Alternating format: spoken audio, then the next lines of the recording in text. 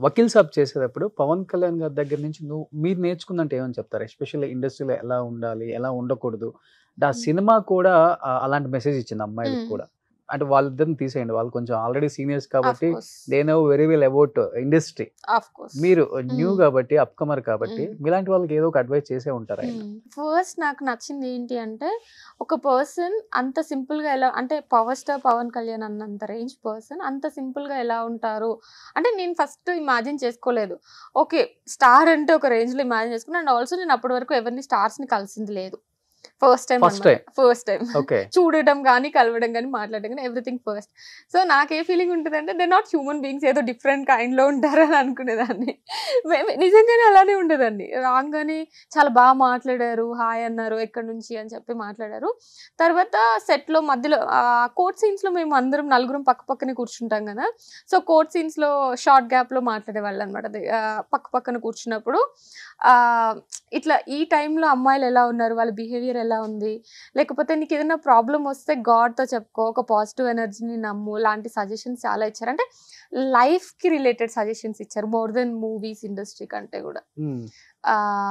Like ఇప్పుడు for example మేమిద్దరం కూర్చొని మాట్లాడుతున్నప్పుడు ఆహ్, నేనొక ఎనర్జీని నమ్ముతాను. పాజిటివిటీ అనే ఎనర్జీని నమ్ముతాను. ఓకే. సో, నేనేదన్నా ప్రాబ్లమ్ వచ్చినా కూడా గాడ్ రిలేటెడ్ అని కాకుండా ఏదైనా ప్రాబ్లమ్ వస్తే చెప్పుకుంటే చాలా వరకు మనకి ఆ ఎనర్జీ మనకి చాలా హెల్ప్ చేస్తది అన్నట్టు చెప్పారనమాట. అంటే ఆయన వర్డ్స్‌లో చాలా చెప్పారు. నేను కొంచెం అటు ఇటుగా చేసి చెప్పాను. బట్ అదే గ్రేట్ మెయిన్. కదా! యాహ్! చాలా హ్మ్. చాలా అనిపించింది. అంటే అంత టైం తీసుకొని లైఫ్ గురించి నాకు చెప్పాల్సిన అవసరం అయితే లేదు కదా! సో, అలాంటివన్నీ చాలా మాట్లాడారు నాతో. ఇష్టమైన హీరో అంటే ఆయనేనా? Yeah! Obviously. Of course. First star గదా! Of course. Lucky first star. Star, lucky star actually. Hmm. నాకిప్పుడు వకీల్ సాబ్ అనన్య అన్న పేరొచ్చింది అంటే it's all because of power star Pawan Kalyan garu కాబట్టి హ్మ్. ఆబ్వియస్‌గా. పవన్ గారు అడిగితే రేపు ఏపీలో జనసేన సైడ్ క్యాంపెయినింగ్ చేస్తావా? నేనంత మెచ్యూర్డ్ ఇనఫ్ అని అనుకోవట్లేదు. ఇప్పుడు పాలిటిక్స్ అంటే మెచ్యూర్డ్ అక్కర్లేదు. నీకో స్క్రిప్ట్ ఇస్తాడు నువ్వు చదివేయాలి దాన్ని. లేదు. అప్పుడు స్క్రిప్ట్ ఇస్తే చదివేస్తాము. కానీ తర్వాత క్వెషన్స్ అడుగుతారు కదా! నాకంత నాలెడ్జ్ అయితే లేదు పాలిటిక్స్ గురించి. ఇప్పుడు యాస్ ఆఫ్ నౌ మేబీ నాకున్న నాలెడ్జ్ అంతా ఇప్పుడు కొంచెం సినిమాల మీద నా టైమ్ అండ్ ఎనర్జీ నేను మూవీస్ పైన వాటిపైన పెడుతున్నాను కాబట్టి హ్మ్. దాని మీదనే ఉంటది కదా ఆబ్వియస్‌గా. సో, పాలిటిక్స్ నాకు అంత తెలీదు. ఏపీ పాలిటిక్స్ అస్సలు తెలీదు. కొంచెమైనా మన తెలంగాణ పాలిటిక్స్ మేము ఉన్నాం కాబట్టి కొంచెమైనా తెలుస్తది కాబట్టి.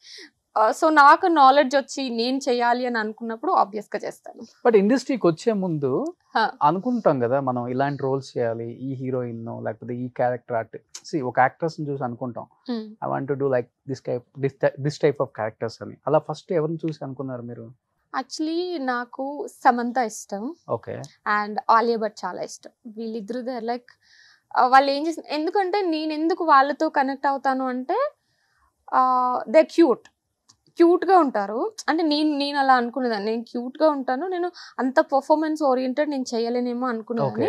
సో, వాళ్ళ పెర్ఫార్మన్సెస్ చూస్తున్న కొద్దీ ఓకే. క్యూట్‌గా ఉన్నా కూడా మెచ్యూర్డ్ పెర్ఫార్మన్సెస్ చేయొచ్చు అని వాళ్ళు ఇవాల్వ్ అయిన విధానం ఉంటది కదా! అది నాకు చాలా నచ్చింది. Film by film, film by film చేసుకుంటూ వాళ్ళు చాలా చేశారు. సో, వాళ్ళ జర్నీ నాకిష్టం వాళ్ళిద్దరిది. హ్మ్.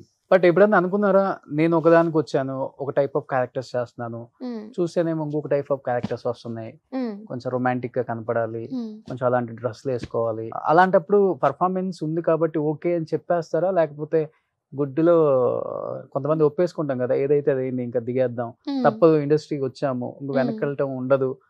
ఇలా గూడా ఎప్పుడన్నా అనిపిస్తుంటుందా?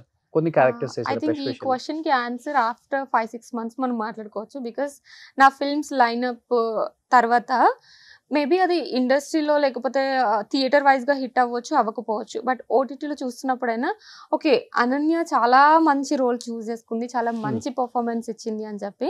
అంటే నేను స్టార్టింగ్‌లో వచ్చినప్పుడు I was like only love stories వస్తాయి. మంచిగా చేసుకుందాము. నెక్స్ట్‌గా వెళ్ళిపోతాము. కమర్షియల్ హీరోయిన్‌గానే వెళ్తానేమో అన్న ఫీలింగ్‌లో ఉండేదాన్ని నేను. ఓకే. కానీ తర్వాత మల్లేశం వచ్చిన తర్వాత, వకీల్ సాబ్ వచ్చిన తర్వాత నాకు క్రాఫ్ట్ అంటే ఏంటో తెలిసింది. యాక్టింగ్ ఏంటి? ఎలా చేయొచ్చు? ఆహ్, ఎలా చూజ్ చేసుకోవాలి? అవన్నీ నాకు నిదానంగా త్రూ ఔట్ ద ప్రాసెస్ అర్థమైంది. మేబీ 4 ఇయర్స్‌లో చాలా నేర్చుకున్నాను నేను.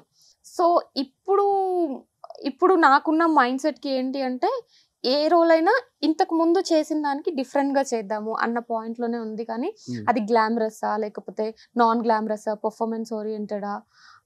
ఆ బేసిస్ కంటే నా రోల్ ఎలా ఉంది? నేను ఎలా పోర్ట్రే చేయగలను, నేను ఎలా డిఫరెంట్గా చేయగలను, ఆడియన్సెస్కి ఎలాంటి ఎక్స్పీరియన్స్ ఇవ్వగలను, లాంటి కైండ్ ఆఫ్ థాట్స్ ఉన్నాయి నాకు ఇప్పుడు. ఎందుకంటే మీకు బిగినింగ్ కెరీర్ డేస్లో ఎప్పుడో మీడియాని కూడా అడ్రస్ చేశారు కదా, నేను ట్రెడిషనల్గానే ఉంటాను, అలాంటి క్యారెక్టర్సే చేస్తాను, రొమాంటిక్ ఈ ఎక్స్పోజింగ్ క్యారెక్టర్స్ చెయ్యను, నేను నాకు ఇష్టం లేదు అని చెప్పారు కదా. యాక్చువల్లీ మొన్న కూడా ఎవరో అడిగారు ఆ క్వశ్చన్, నేను తర్వాత వెళ్ళి యూట్యూబ్లో చెక్ చేద్దాం అనుకున్నాను, మర్చిపోయాను. ఇప్పటికైనా రోషన్, నేను ఇప్పుడు ఈ ఇంటర్వ్యూలో చెప్తుంది ఈ రోజుకి ఇప్పటికీ నా మైండ్ సెట్, నా థాట్ ప్రాసెస్, నాకున్న నాలెడ్జ్ ప్రకారం నేను ఆన్సర్స్ ఇస్తున్నాను. మేబీ నెక్స్ట్ 2 months 3 monthsలో మనం కలిసినప్పుడు నేను కొన్ని బుక్స్ చదివి ఉండొచ్చు, కొన్ని వీడియోస్ చూసి ఉండొచ్చు, కొన్ని ఫిల్మ్స్ చూసి ఉండొచ్చు, కొంతమంది జర్నీస్ అబ్జర్వ్ చేసి ఉండొచ్చు. సో అప్పుడు పడుతుంది ఆబ్వియస్గా. మనము వీఆర్ వాట్ వి ఈట్ అంటారు కదా, అలానే we are like what we watch and what we consume in terms of books or videos అలా. సో నాకు అప్పుడు థాట్ ప్రాసెస్ మారిపోతే నా అప్పుడు ఆన్సర్ కూడా మారిపోతుంది 100%. అదే నేను చెప్తున్నారు. పవన్ కళ్యాణ్ గారు కొంచెం ఉన్నారా? Thank you. ఆయన కూడా బుక్స్ చదువుతారు. నేను మరీ అంత ఎక్కువగా ఏం చదవను, బట్ ఏదైనా ఇంట్రెస్టింగ్ అనిపిస్తే పక్కా చదువుతాను అట్లా.